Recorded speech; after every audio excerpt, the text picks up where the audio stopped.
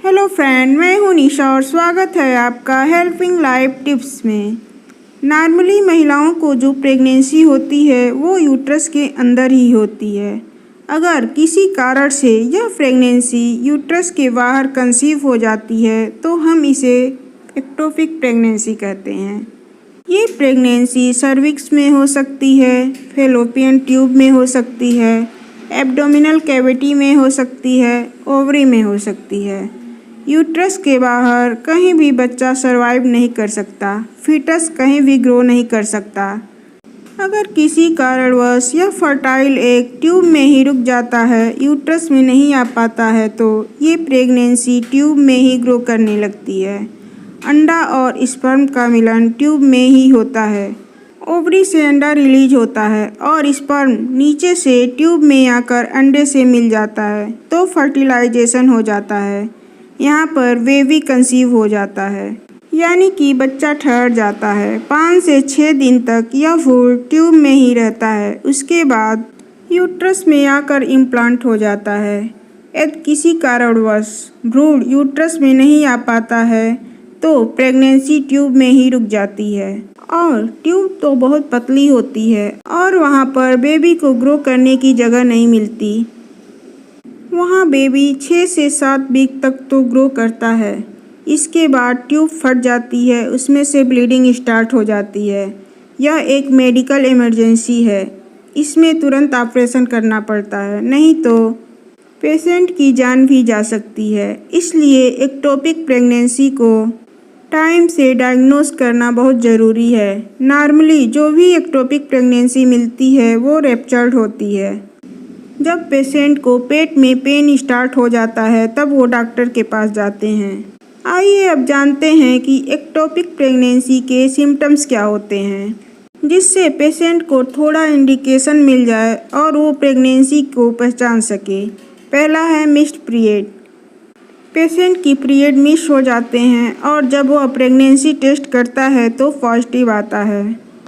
दूसरा है abdominal pain. Patient के पेट के निचले हिस्से में यानी कि पेड़ू में बहुत तेज दर्द होता है।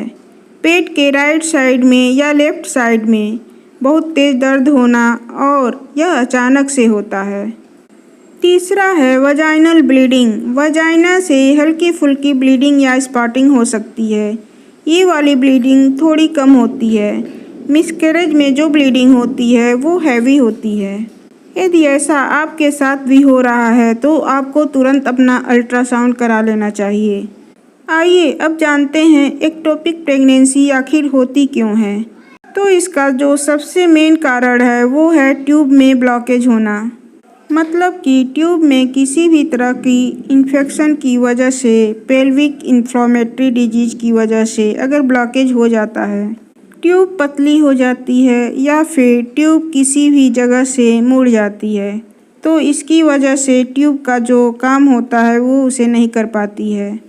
ट्यूब के अंदर पतले पतले रेशे होते हैं जो कि फर्टाइल एग को यूट्रस की तरफ पुश करते हैं, यानी कि ढकेल देते हैं। लेकिन जब ये रेशे डैमेज हो जाते हैं तो वो ट्यूब में ही रुक जाता है और वहीं पर प्रेगनेंसी कंसीव हो जाती है।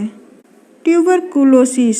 अगर ट्यूबरकुलोसिस फैलोपियन ट्यूब में हो जाती है तो ट्यूब आपस में चिपक जाती है और ओवरी भी ट्यूब के साथ चिपक जाती है, और इसका जो नॉर्मल फंक्शन है वो नहीं हो पाता है।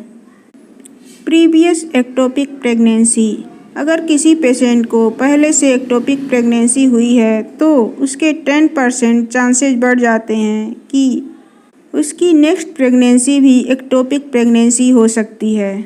स्मोकिंग। जो महिलाएं स्मोक करती हैं उनमें भी एक्टोपिक प्रेगनेंसी के चांसेस बढ़ जाते हैं।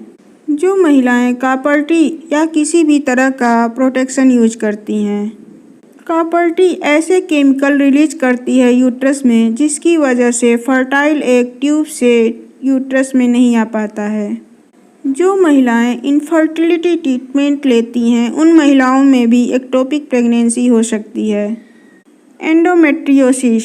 एंडोमेट्रियोसिस में भी ट्यूब के आसपास सिस्ट बन जाता है जिसकी वजह से फर्टाइल एग यूट्रस की तरफ नहीं आ पाता है।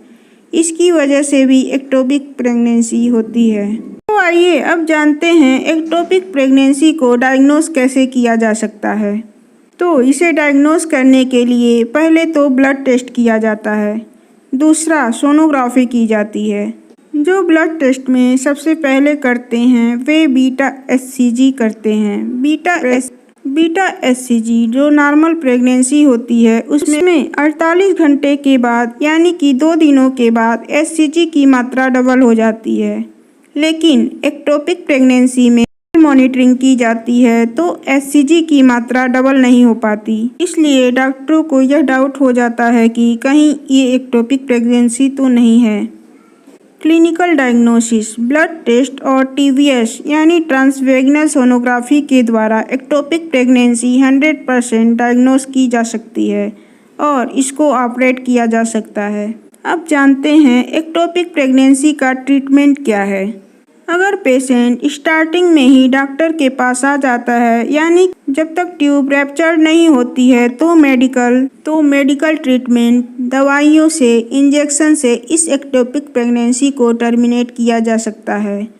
पेशेंट ऑपरेशन से बच जाता है और उसकी फैलोपियन ट्यूब भी बच जाती है। अगर ट्यूब रैप्चर्ड हो जाती है, पेट में ही ब्लीडिंग स्टार्ट हो जाती है तो पेशेंट की जान और ट्यूब को बचाया जा सकता है। तो ये थी आज की वीडियो। उम्मीद करती हूँ वीडियो में दी गई जानकारी आपको पसंद आई होगी।